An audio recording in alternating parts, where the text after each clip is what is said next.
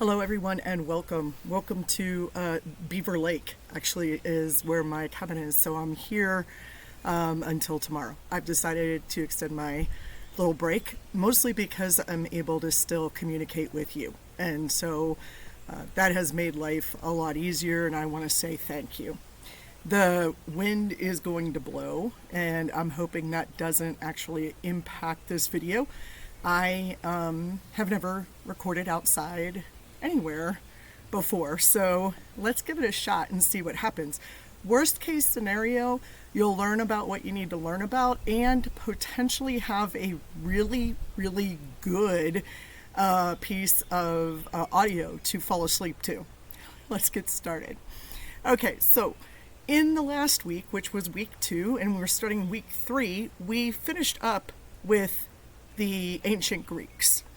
And essentially, we now know that Aristotle felt that there were only 3 reasons, if you want to look at it that way, but 3 genres of rhetoric.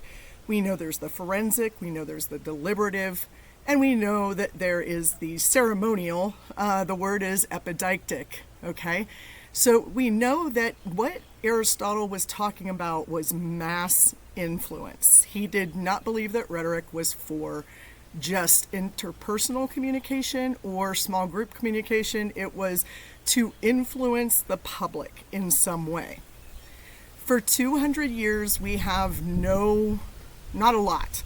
We don't have a whole heck of a lot of anything between Aristotle and Cicero. There are a few small works that we believe should be studied.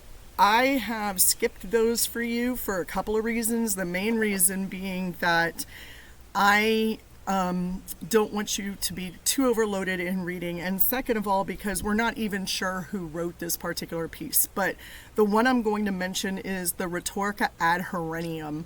That's Herrenium.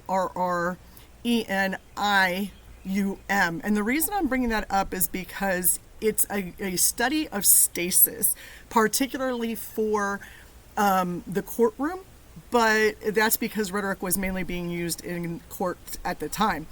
But the Rhetorica ad Herennium may have been written by Cicero. It may have been written by Hermagoras. We're not really sure. So it's hard for me to really be able to teach you anything new from that. And it is a deep dive into stasis, and I don't think you need that right now. You need to understand what stasis is for sure, and there's a very important reason why. As I explained in the video, stasis is that point between 2 equally opposing forces, guilt and innocence, for example, good and bad, for whatever. And at that point right there where they meet is what's known as a point of stasis, where both of them are equally probable. Now remember that Plato was trying to find the truth. Aristotle was talking about what was most probable. What decision would most probably make the most sense? It's the most reasonable. And so that point of stasis is important because that's where Aristotle says rhetoric begins. So rhetoric begins with stasis. It begins at that point where we have to make a choice and advocate for one side or the other. And what we try to do is advocate for the more probable outcome and likelihood of truth.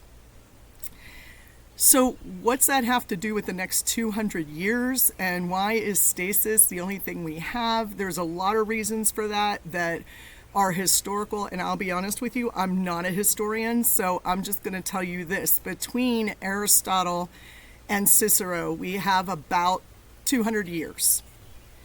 And we jump up to 100 BCE or BC, whichever way you word it. And between those times, we know for a fact that certain people were traveling from Greece to Africa to Italy.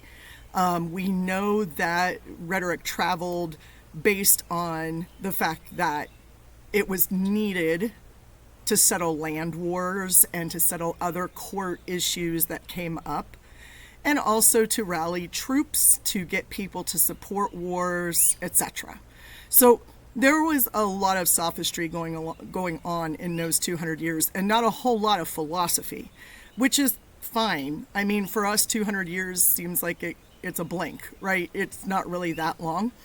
But those 200 years lead us to not just moving away from Aristotle, but moving into a whole new area, an arena known as Rome. Greece has now fallen.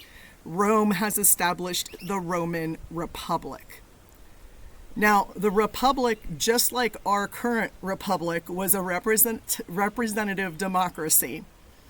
I want to be clear that there is no incorrect answer here, that a democratic system of government, a democracy, comes in multiple forms. They're not very different from each other, but in Greece we had a direct democracy. In Rome, we have a representative democracy. And so more often than not, instead of calling it just a democracy, they called it a republic. Much like we don't really talk about the fact that England, despite having a monarch and despite having just one house, are, well, sort of, they are in fact a democracy. They're a parliamentary democracy. So there are different kinds of democracy. And when we're in America and somebody says we don't live in a democracy, we live in a republic, it makes my brain explode, because a republic is a democracy. You have to have the democratic principles in order to function as a republic. And Cicero was very clear about this, because he believed that fact, that the republic, the representative republic, was a democracy, required the participation of the citizens. This was a little bit new to the idea of democracy as we saw it in ancient Greece. Let me explain why briefly. In ancient Greece, that democracy was often considered a direct democracy, but it wasn't. It was a democracy run by very few, sort of an oligarchy in some way. They were rich landowners, and all men, of course, who were able to speak for the rest of the citizens in the country.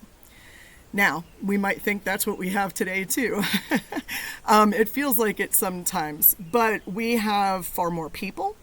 We have far better communication technologies that make it easier for us to function in a representative democracy. And so in Rome, Cicero really picked up more actually from Socrates than from Aristotle, believe it or not. I don't think many people would say that. He picked up more from Socrates in his philosophy about the function of rhetoric and why citizens should be able to have access to it and be taught rhetoric in an ethical way. And that reason was because more citizens were participating in the Roman Senate than before. And people found ways to communicate between the Senate and the citizens, and that way was through rhetoric. We didn't have newspapers, we didn't have recordings, we didn't have phones, we didn't have any of those things. So what they did was a person would go to the Senate, hear a speech, go outside, repeat that speech to some people, and go to different towns and villages and repeat that same speech.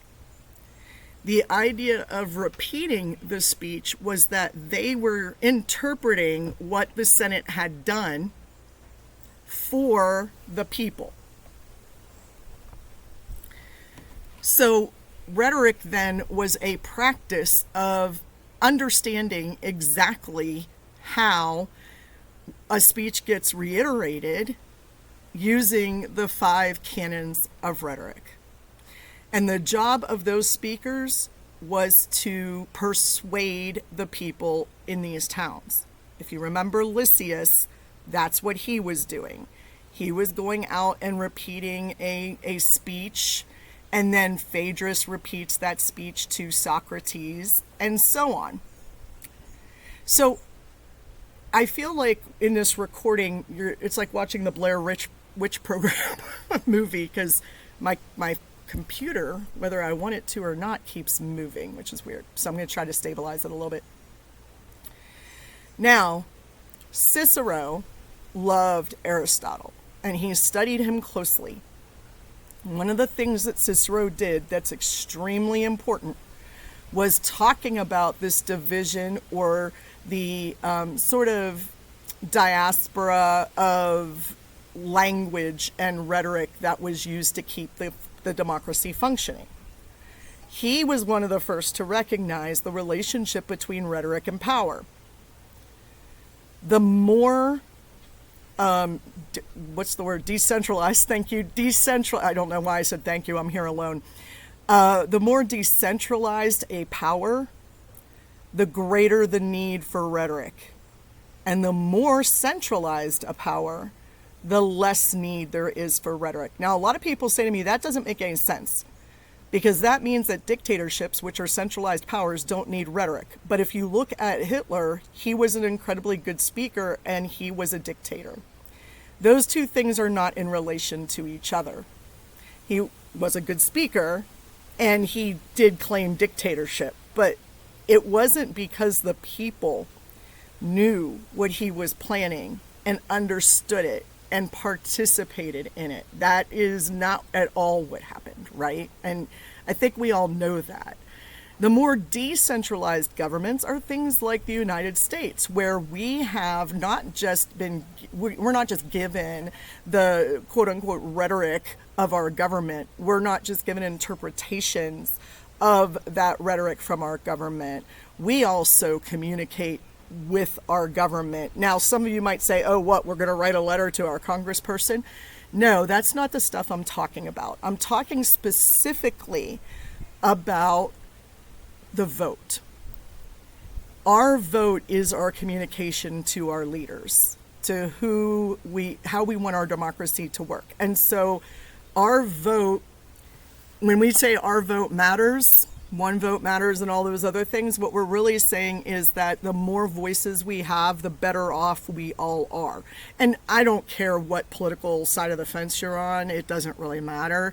It's the same idea, that we want people to vote, and we want them to vote in a particular way. Therefore, the practice of rhetoric is important, but more important may be making or helping the people, the citizenry, understand what the government is communicating, and help the government understand what the people and the citizenry are communicating. All right. So that is what is most important. To be honest with you, that is what is most important. And Aristotle was the first one to point this out. He was sort of the first political scientist and the first in talking about rhetoric. That rhetoric, the job of rhetoric is to explain the government to the people.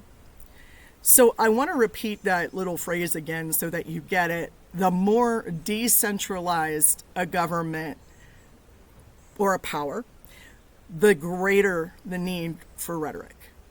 The more centralized a government or power, the less need there is for the people to understand rhetoric.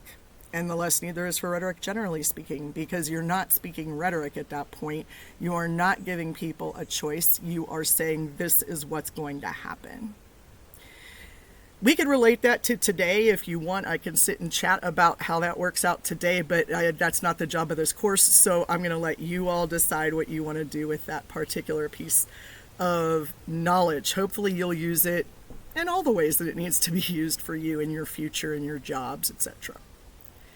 And so understanding the need for rhetoric is greater in a republic than in a dictatorship was something that Cicero grabbed onto and said, hey, we should give more power to more people. He really wanted more senators. He wanted more people, more citizens to be able to participate in the government. That is how, in his estimation and in the estimation of history, republics work. Or, in his estimation and history, how democracies work. The more people, the better. This philosophy of the more people, the better was fine during the Roman Republic. So let's talk about what Cicero did, because again, rhetoric is super important still at this point. So he actually gathers all of Aristotle's work and he says, you know what, I can organize this. And he writes what we really call the first public speaking handbook. He takes all of Aristotle's work and organizes them into 5 key rules or canons. And I know we've talked about that before. You've probably heard that before. Those 5 canons, those 5 basic rules, and by the way, all 5 must be present in order to be successful in having a speech. That's why it's that textbook. The first, invention. This is not just coming up with a topic. This is understanding how your argument is going to be received by your audience. So it includes audience analysis. It includes understanding the impact you want to have. So it's not just how to iron a shirt or make peanut butter and jelly sandwiches. That's not what we're talking about. We're talking about having an impact, and when you're coming up with your topic, that you are also thinking about what kinds of evidence you're going to be able to use, what kind of arguments you're going to be able to use. In invention is where we see the most important parts of Aristotle's view of rhetoric, which are the inartificial and artificial proofs, particularly the artificial ones in ethos, logos, and pathos. Okay, so that's where they occur in invention. The second one is arrangement. Now you'll notice I'm not saying organization. That's because it's not organization. I mean, that's part of it, of course.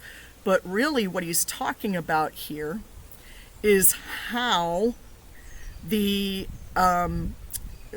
argument that you're making is going to progress through your speech, how you're going to lead your audience from point A, your introduction, all the way through to the conclusion, asking them to act.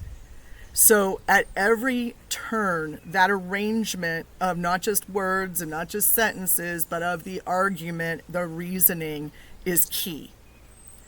The third one, style, that's pretty easy. And Cicero broke this down for us because I think a lot of people thought, well, everything's an individual style. And Cicero turns that on its head. He says, no, your style must be suited to your audience. Period. End of story.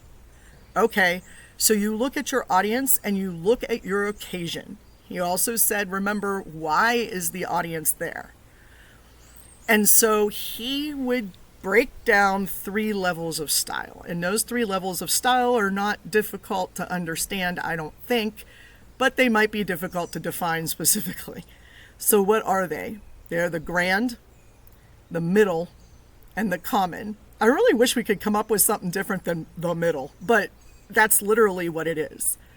The grand is literally using big hand gestures and moving around and being, what's the word I want to use? Ostentatious with your delivery. And this is for people who you're not just like hoping to practice rhetoric with, but you are trying to entertain in some way. It is most of the time used when, what's the old colloquialism?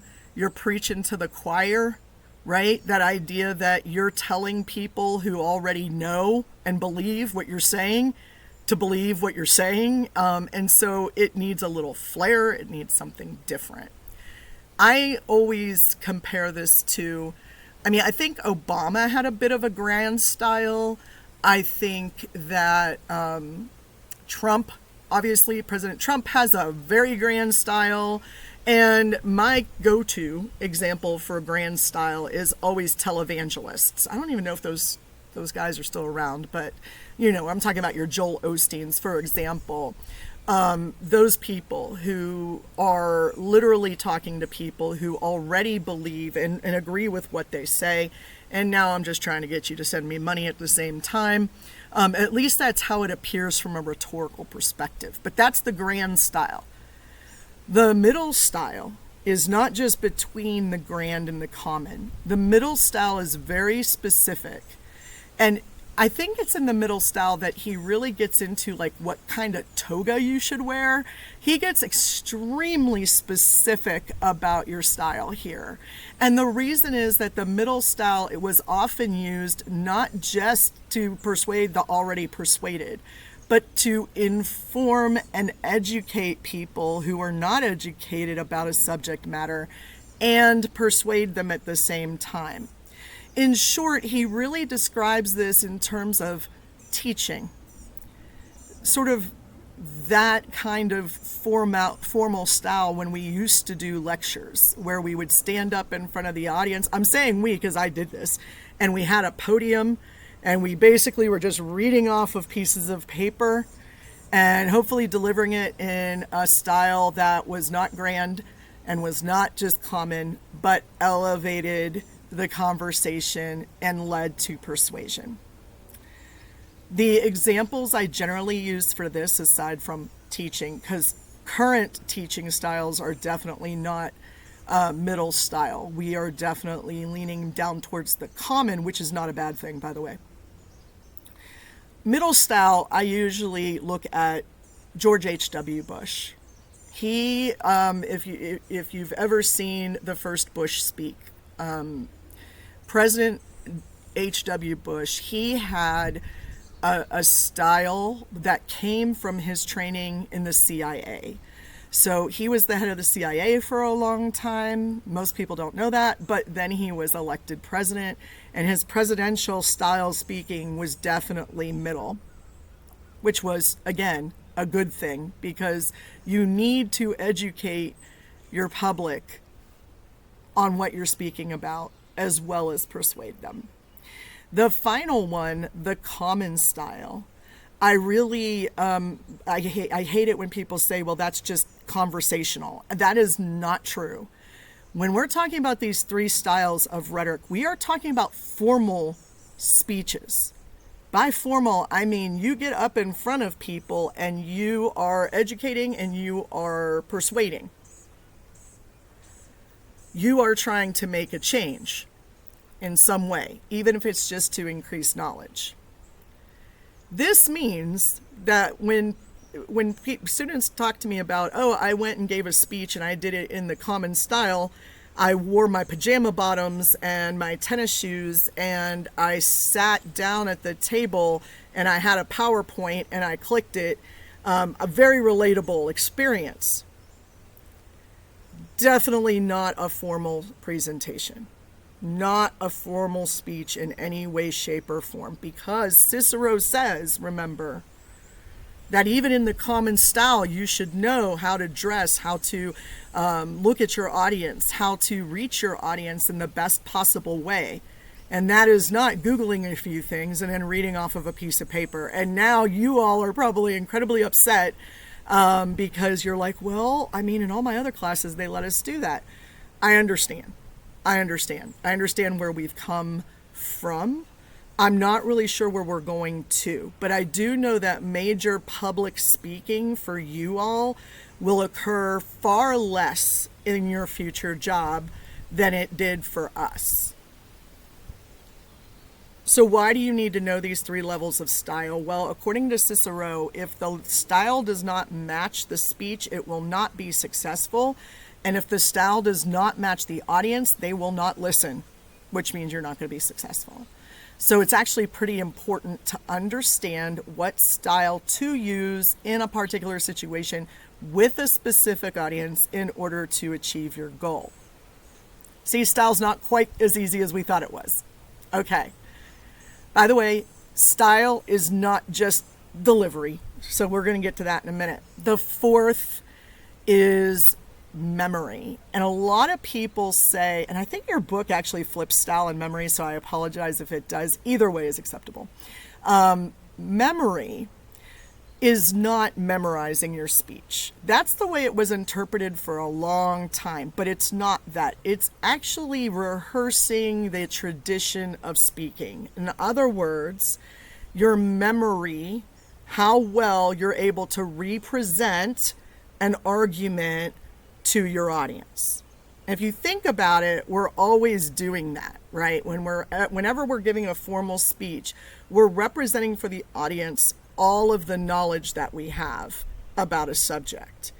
And therefore, we tap into not just our personal memory, but the sort of what I call like the bubble, the encapsulated memory or knowledge base of our audience. Now, I started talking about the cloud above our heads a long time before the cloud became a thing, and I feel really good about that. But it gives me a great metaphor.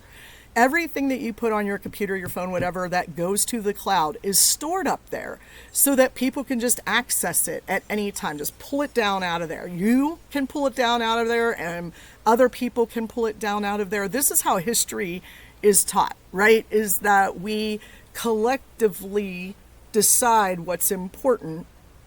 And this is why pop culture becomes so difficult to use. Because as pop culture has expanded, people's understanding of references to pop culture, to specifically subculture, like sort of the individual culture of the smaller groups that we belong to, our from our homes all the way up to where we were raised to where we're living, right? Those all have different subcultures. Let me give you an example. If I say to you, do you want to go eat lunch? That is a pretty universal way of saying, do you want to come eat lunch with me, right? But I'm from Pittsburgh, Pennsylvania. I'm a native and I'm a yinzer. You have no idea what that means unless you're from the area or have somebody in the area or you happen to pawn it on a TikTok, which is possible, but I'm totally a yinzer. Okay, what does that mean? Well, where we come from, we don't say y'all or all or anything like that. We say yins guys. Our yins guys going, and it's incredibly sexist or gender gender specific, and perhaps we are a little bit that way, except that's not what's intended. Yins guys is supposed to cover every human. Okay. The fact that it's the word guys, I get a lot of trouble with. So what we do is we leave the guys off and we just say, hey, do yins go here, do yins do this, do yins do that. And the fact of the matter is that a lot of people just look at me and go, what the hell's a do-yin, right?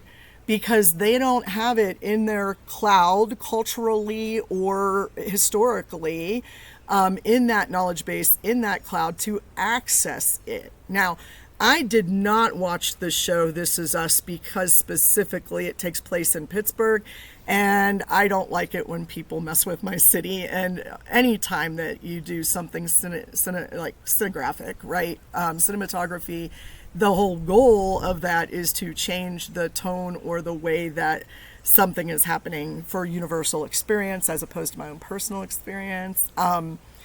I am a horrible person when it comes to watching a movie that was filmed in Pittsburgh or Cleveland or Minneapolis, even Cincinnati, because I've lived in all those cities. So I can sit there like during the Avengers and tell you, nope, you would not be able to go down that street and get to that area.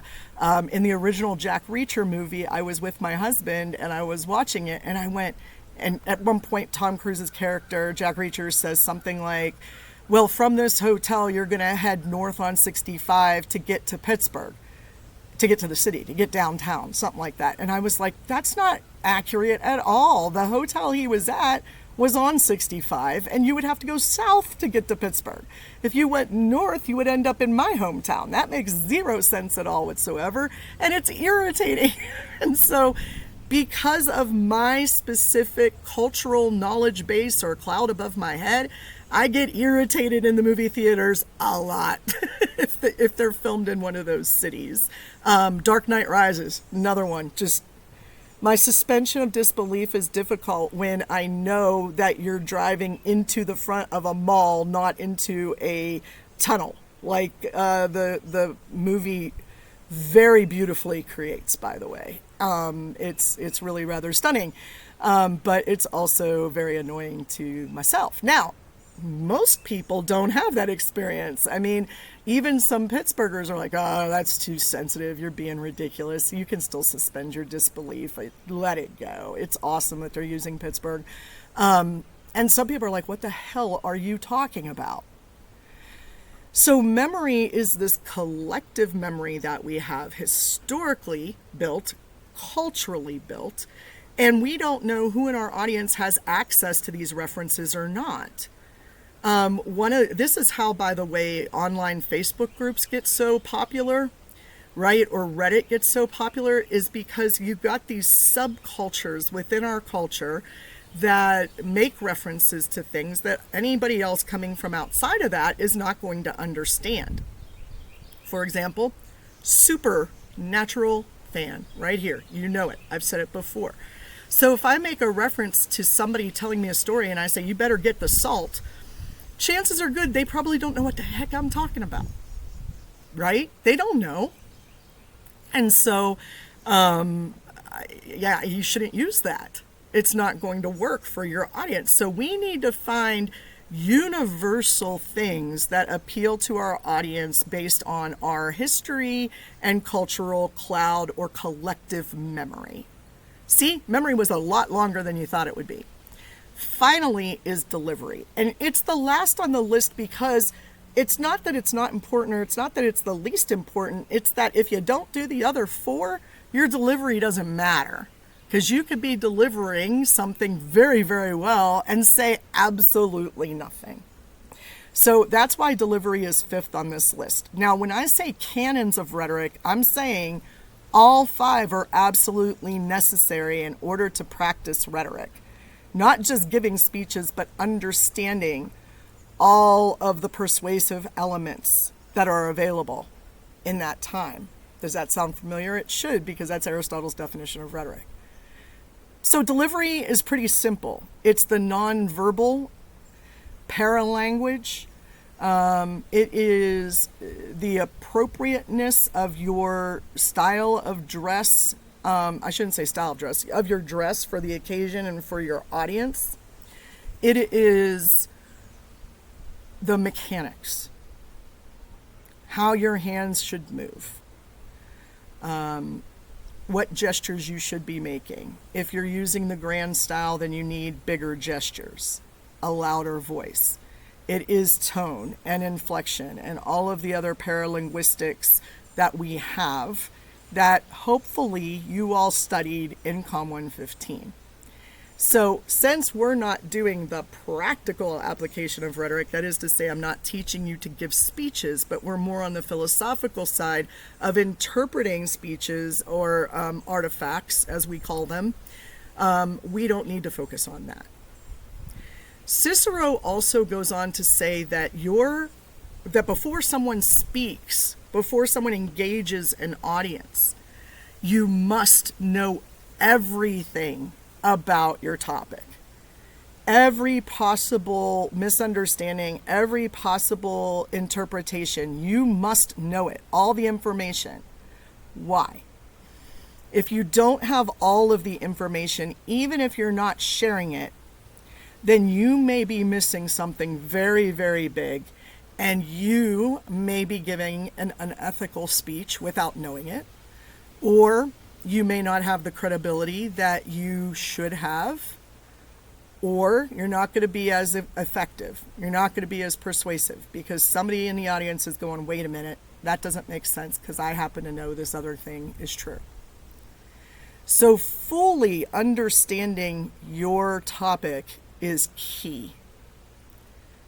That does not mean you have to memorize 12 different sources or whatever. It means collectively gather as much information about your subject, your topic, as you can. Don't just go to the first 3 Google searches. And believe me, yes, I know that's happened. It happens on the papers all the time, and it drives me nuts because, yeah, we can tell.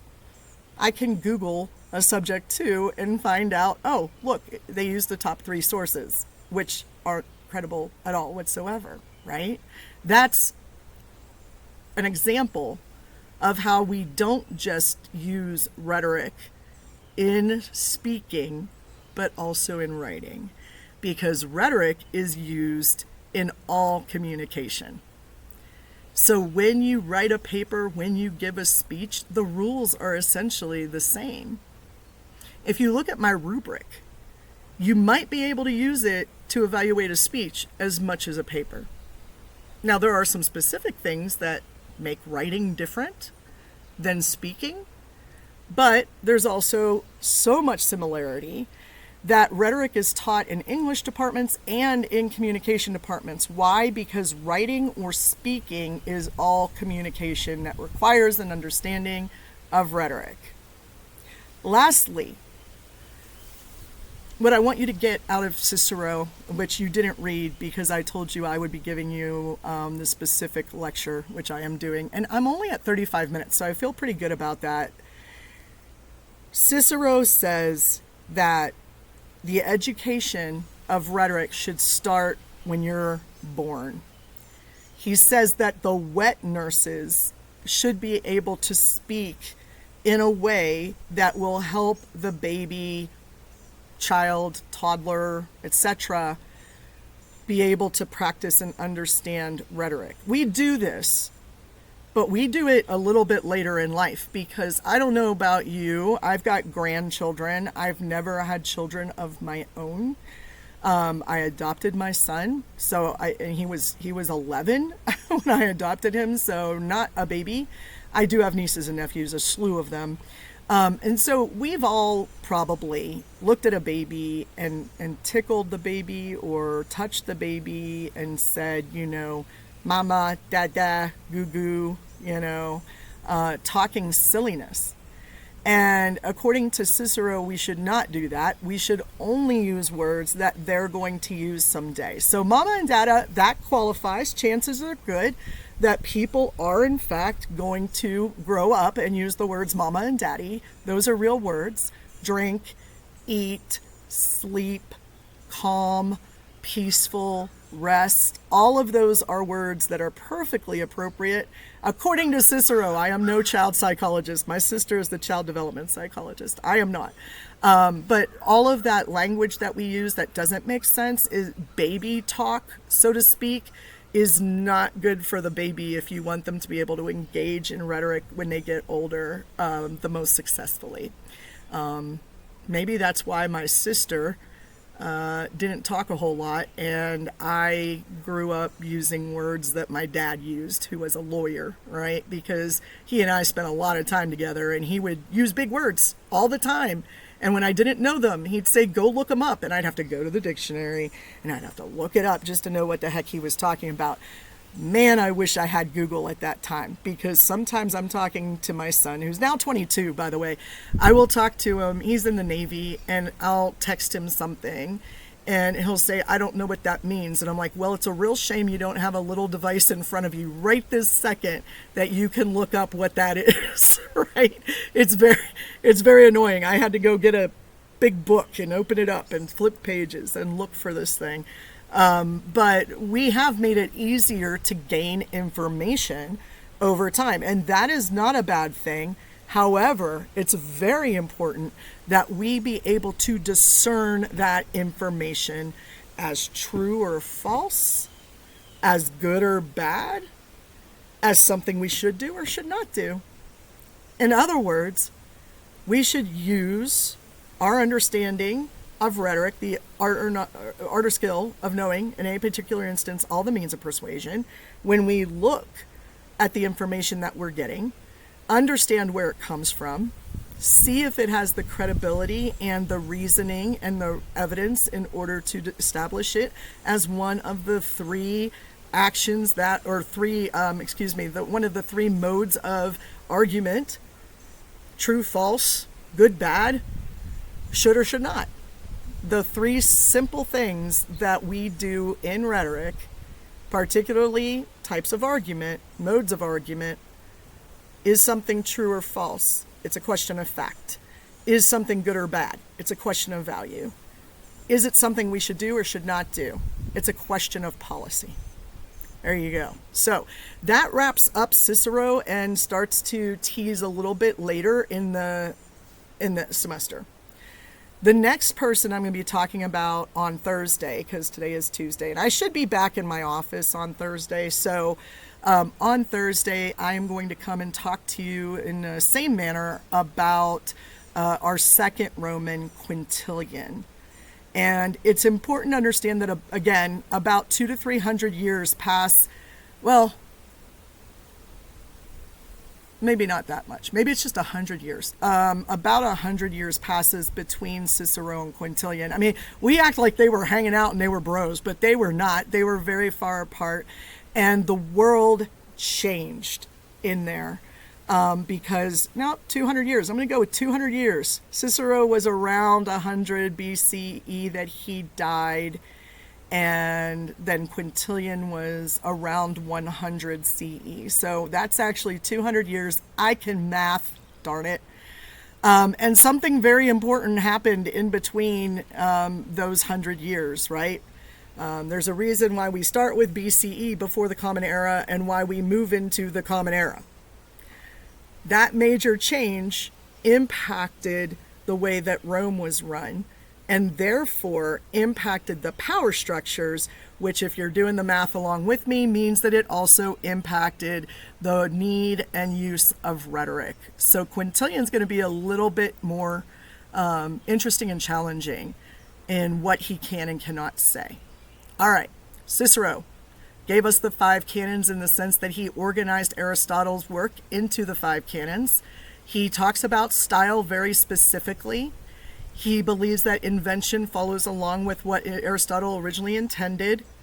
He talks to us about educating, when people should be educated. And by the way, that education should never stop. You should be studying rhetoric. It was one of the original 5 R's, I think. Reading, writing, arithmetic, right? Rhetoric was in there at one point, obviously no longer.